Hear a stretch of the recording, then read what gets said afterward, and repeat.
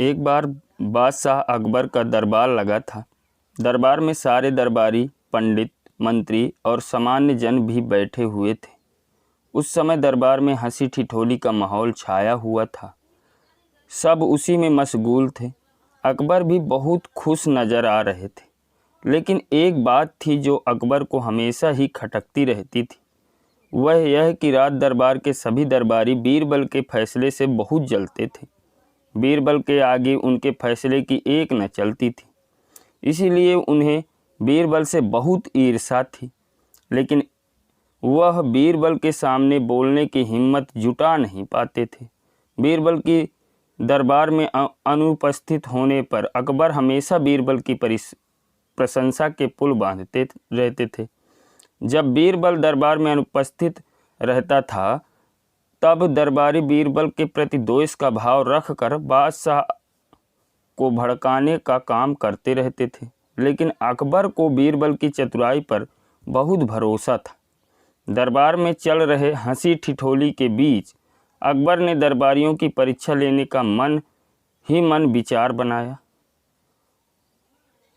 उन्होंने सभी दरबारियों से शांत होने को कहा और बोले, ध्यान से सुनो, तुम सभी को मेरे एक सवाल का जवाब देना है। जो इस सवाल का जवाब सही देगा और उसे साबित कर दिखाएगा, उसे मैं बीरबल की जगह अपना मंत्री नियुक्त कर दूंगा। अकबर ने कहा, देखो, तुम सबके लिए बहुत बढ़िया अवसर हाथ आया है।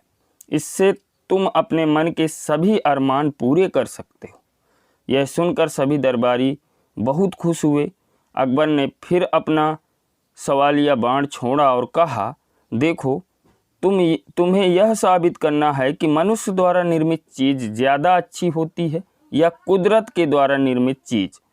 अकबर के मुंह से सवाल सुनते ही सभी दरबारी सोच में पड़ गए।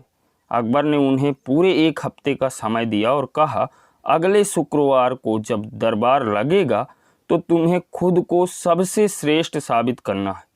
सब दरबारी अपने अपने घर को हो लिए। सभी इसी सोच में डूबे थे कि इस बात को कैसे साबित किया जाए, लेकिन किसी में इतनी चतुराई भी तो नहीं थी जितनी कि बीरबल में। सारे दरबारियों में से किसी को भी इस सवाल का हल नहीं मिल पाया। तब समय के अनुसार फिर शुक्रवार के दिन रात दरबार लगा। सभी लोग अपने अपने आसन पर विराजमान हो गए। हालांकि बीरबल सबसे पहले पहुंच गए थे। अब राजा ने एक एक कर सभी से सवाल का जवाब मांगा, पर सभी दरबारी, मंत्री, पंडित अपनी गर्दन झुकाकर खड़े हो गए। अब अकबर से रहा ना गया। उन्होंने बीरबल से पूछा। बीरबल ने बड़ी ही चतुराई भरा जवाब दिया, जहाँ पनाह, इसमें कौन सी बड़ी बात है, इसका जवाब बहुत ही आसान है, अभी लीजिए। यह कहकर वह अपने कुर्सी से उठकर बाहर चले गए। यह देख दरबारियों में खुसुर पुसुर शुरू हो गई। एक कहने लगा, अरे यह क्या, बीरबल तो अकबर को जवाब देने के बजाय दरबार से उठकर बाहर चले गए। अकबर आराम से अपने सिंहासन पर विराजमान हो गए और बीरबल की प्रतीक्षा करने लगे। तभी एक कारीगर हाथों में पत्थरों से निर्मित एक फूलों का बड़ा सा गुलदस्ता लेकर आया और राजा को गुलदस्ता देकर जाने लगा। राजा ने गुलदस्ता हाथ में लिया और उसकी सुंदरता देखकर गुलदस्ते की बहुत तारीफ की और अपने खजाने के मंत्री को आदेश दिया कि इस कारीगर को 1000 स्वर्ण मुद्राएं इनाम में दी जाएं।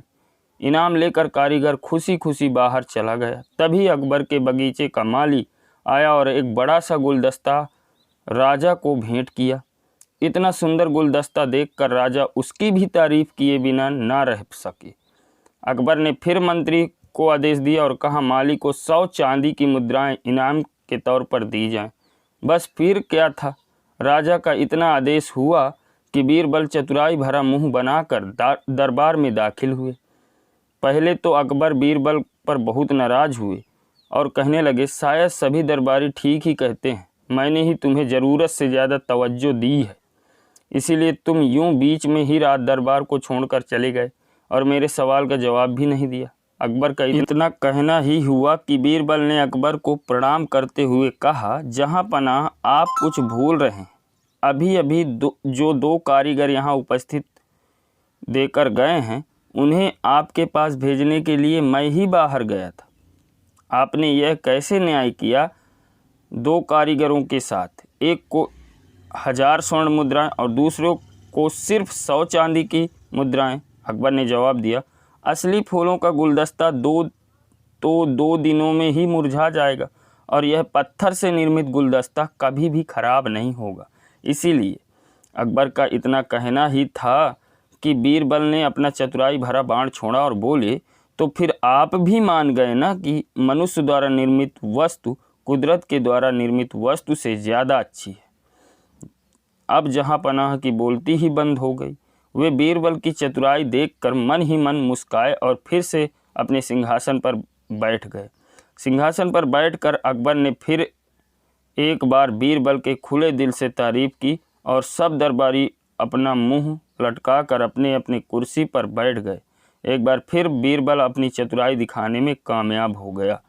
दोस्तों, वीडियो अगर आपको अच्छा लगा, शेयर सब्सक्राइब जरूर कर लीजिए। ऐसे ही वीडियो देखने के लिए, तो वीडियो को पूरा देखने के लिए धन्यवाद। जय हिंद।